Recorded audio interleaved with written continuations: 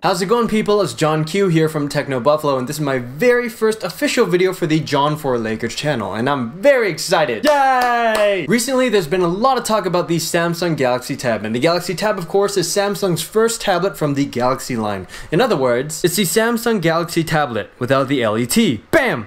Galaxy Tab! Genius right there, but a little bit lazy as far as creative naming goes. The tab runs Android 2.2 with TouchWiz 3.0. What can I say? Samsung, they like the TouchWiz. It's got a 1GHz A8 processor, a 4000 mAh battery, 3G, Bluetooth, and Wi-Fi. It's got a front-facing 1.3 megapixel camera for video calling, very nice, and a back camera that's 3 megapixels with a flash. And since it's a tablet, the display, that's where it's at. The Galaxy Tab has a 7-inch TFT LCD display with a resolution of 1024 by 600. You go, girl. No word on pricing in the US yet, but the Galaxy Tab will be coming as a 16 or 32GB model with a microSD expansion of up to 32GB of additional storage. Very nice. Something the Galaxy Tab can do is voice calling. However, there is no earpiece, which makes sense as it'd be quite awkward to hold it like you would a phone. Instead, there's a speakerphone or Bluetooth option. What can I say? When life gives you lemons, you make lemonade! Or you can go buy some. I think that's easier. Do whatever you want. They're your lemons. Be your own boss.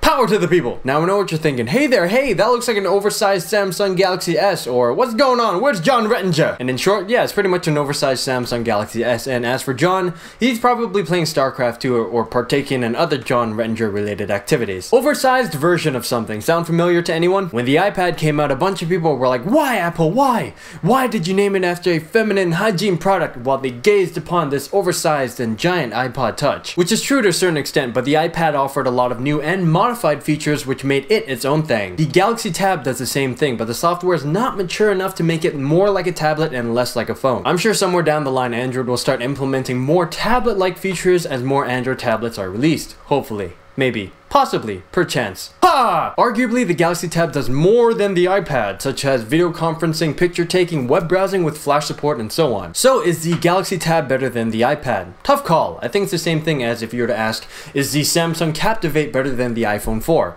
Android OS versus iOS, apples versus oranges, cats versus dogs, chocolate cake versus cheesecake. Take your pick. That is, of course, unless you don't like cake of any kind, in which case, why? Cake is so deliciousable and full of yum-yums. As of now, the Galaxy Tab is sorta like a beta product. So for those of you who are interested in picking up an Android tablet, I suggest you wait for the next one with a more solid and updated Android firmware with more tablet-orientated features. Well, that's it for today's video. Make sure you check out TechnoBuffalo.com for more technology-related stuff, and I'll see you guys in the next video.